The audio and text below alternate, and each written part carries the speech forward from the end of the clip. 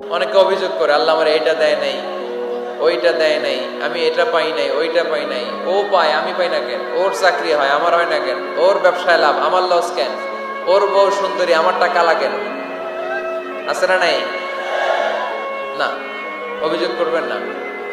আপনি যে অবস্থানে থেকে অখুশি, আপনি যেই অবস্থানে থেকে আল্লাহর কাছে অভিযোগ করতেছেন, আপনার এই অবস্থানে আসার জন্য অনেকে আল্লাহর কাছে দোয়া করতেছে, ঠিক কিনা?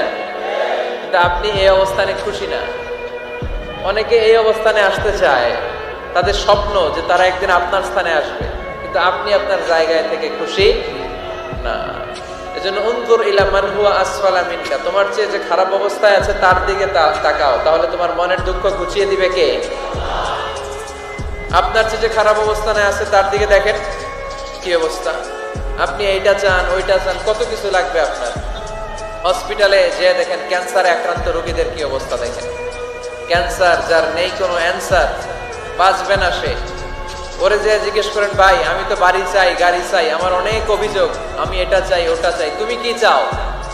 ক্যান্সার আক্রান্ত রোগীটা বলবে, আমি কিচ্ছু চাই না, আমি খালি বাঁচতে চাই। ক্যান্সার আক্রান্ত রোগীটা কি চায়? শুধু কি চায়? বাঁচতে চায়। আর আমাদের অনেক কিছু লাগবে। এজন্য বেঁচে যে আছি, এই জন্যই আলহামদুলিল্লাহ। শ্বাস প্রশ্বাস যে নিতে পারতেছি, বেঁচে আছি, অনেক দিয়েছে প্রভু, আর কিছু লাগবে না, আলহামদুলিল্লাহ পড়েন। চাওয়ার কোনো শেষ নাই, আছে? লাউ আন্না লিকুল্লি ইবনি আদম ওয়াদিয়ান মিন যাহাব আহাব্বা আন ইয়াকুনা লাহু ওয়াদিয়ান ওয়া লা ইয়ামলা ফাহু ইল্লা তুরাব। প্রত্যেক বনি আদমকে আল্লাহ তাআলা একটা করে স্বর্ণের পাহাড়ের মালিকও যদি বানিয়ে দেয়। কিসের পাহাড়? সবাই বলেন। দেখছেন শরীয়তপুরে? শরীয়তপুরে নাই স্বর্ণের পাহাড়? কোন দেশে আছে? সৌদি আরব। স্বর্ণের পাহাড় নাই, স্বর্ণের খনি আছে। স্বর্ণের পাহাড় এই পৃথিবীতে হবে না, স্বর্ণের পাহাড় পাওয়া যাবে জান্নাতে, ঠিক কিনা?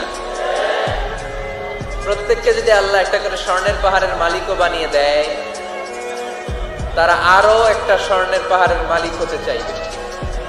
আচ্ছা বুঝে শুনে উত্তর দেন তো, আল্লাহ যদি আমাকে একটা স্বর্ণের পাহাড়ের মালিক বানিয়ে দেয়, আমার 14 পুরুষ এই পাহাড়, স্বর্ণের পাহাড় কেটে কেটে ভেঙে ভেঙে বিক্রি করে খেয়েও এই পাহাড়ের অর্ধেকও কি শেষ করতে পারবো?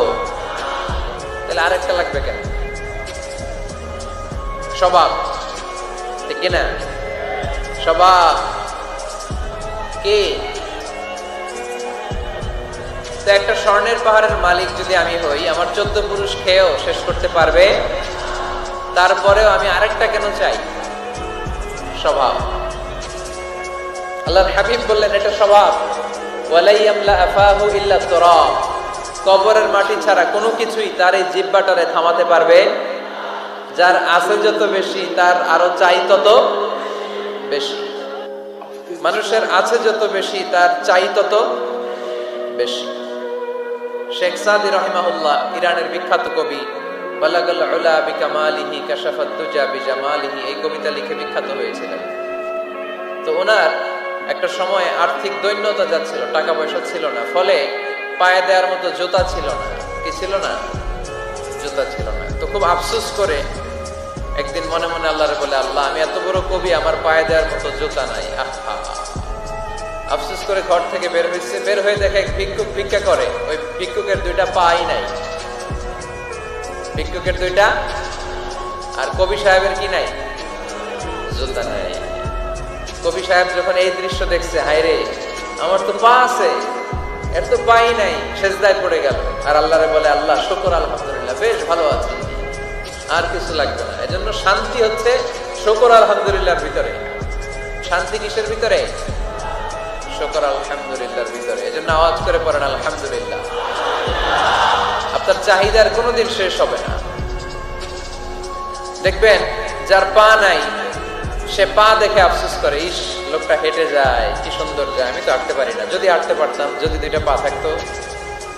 যার পা আছে, সে সাইকেলওয়ালাদেরকে দেখে আফসোস করে, ইস আমার যদি একটা সাইকেল থাকতো তাহলে তার হাঁটা লাগতো না, সাইকেল দিয়ে বাজারে যেতাম। যার সাইকেল আছে সে আবার হুন্ডাওয়ালাদেরকে দেখে আফসোস করে, ইস একটা হুন্ডা যদি থাকতো তাহলে তো ভো ভো করা যাইতো না। হুন্ডাওয়ালার আফসোস আছে প্রাইভেট কারওয়ালাদের দেখে, তারা আফসোস করে ইস আমার যদি একটা কার থাকতো তাহলে তো কার চালাইতে পারতাম। যাদের প্রাইভেট কার এদেরও আফসোস আছে, ইস আমার যদি একটা হেলিকপ্টার যদি থাকতো তাহলে তো উড়াল মারতে পারতাম, ঠিক না?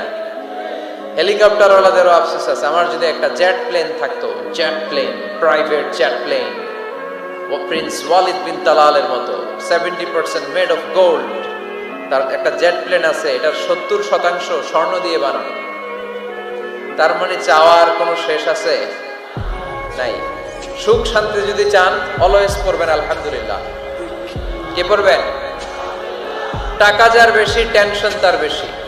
সাধারণত টাকা যার বেশি রোগ তার বেশি, টাকা যার বেশি শান্তি তার কম। আপনি খোঁজ নিয়ে দেখেন, 1000 কোটি টাকার মালিক, ঘরে শান্তি নাই, স্ত্রীর সাথে মনোমালিন্য, স্ত্রী যায় একদিকে উনি যায় আরেকদিকে, পোলায় কই যায় পোলায় নিজেও জানে না।